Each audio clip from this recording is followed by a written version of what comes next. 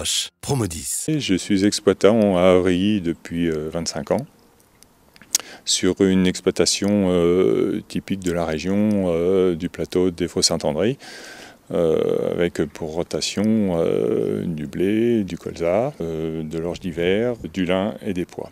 Nous sommes sur des sols de limon, sur argile à silex. Le guidage GPS, ça a été la première technique que j'ai fait entrer sur l'exploitation il y a un petit peu plus de 10 ans. C'est une technique qui me paraissait intéressante pour me simplifier le travail, être plus précis. Les premières cartes ont été faites à partir d'une mesure de résistivité du sol pour le potentiel. Et les cartes de teneur minérale ont été faites à partir d'analyses de sol classiques.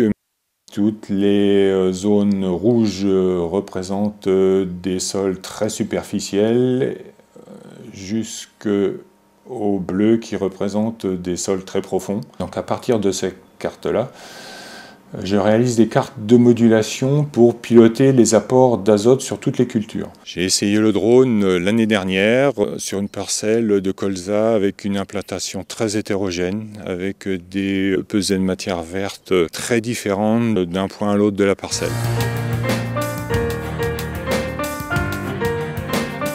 Donc à partir de cette carte-là, on a fait une carte d'application d'azote, donc de modulation intraparcellaire.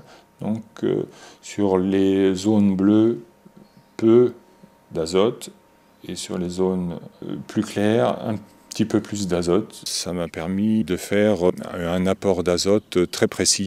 Le but de la modulation intraparcellaire et le but de ma démarche, ça a été de mettre la bonne dose au bon endroit.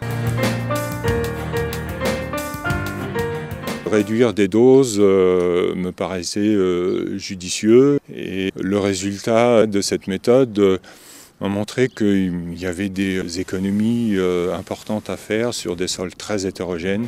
La technique est à la portée de tous les agriculteurs intéressés par cette modulation de dose, par le côté environnemental.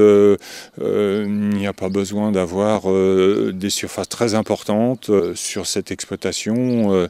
La technique est venue au fur et à mesure de l'évolution du matériel. Le boîtier du pulvérisateur est compatible avec le pilotage par un boîtier externe de coupure de tronçon. C'est une chose que je pratique depuis le début. Le but que je voulais atteindre, c'est d'abord une réduction des doses d'engrais apportées. Et côté environnemental, je pense que personnellement, c'est une satisfaction de mettre la bonne dose au bon endroit.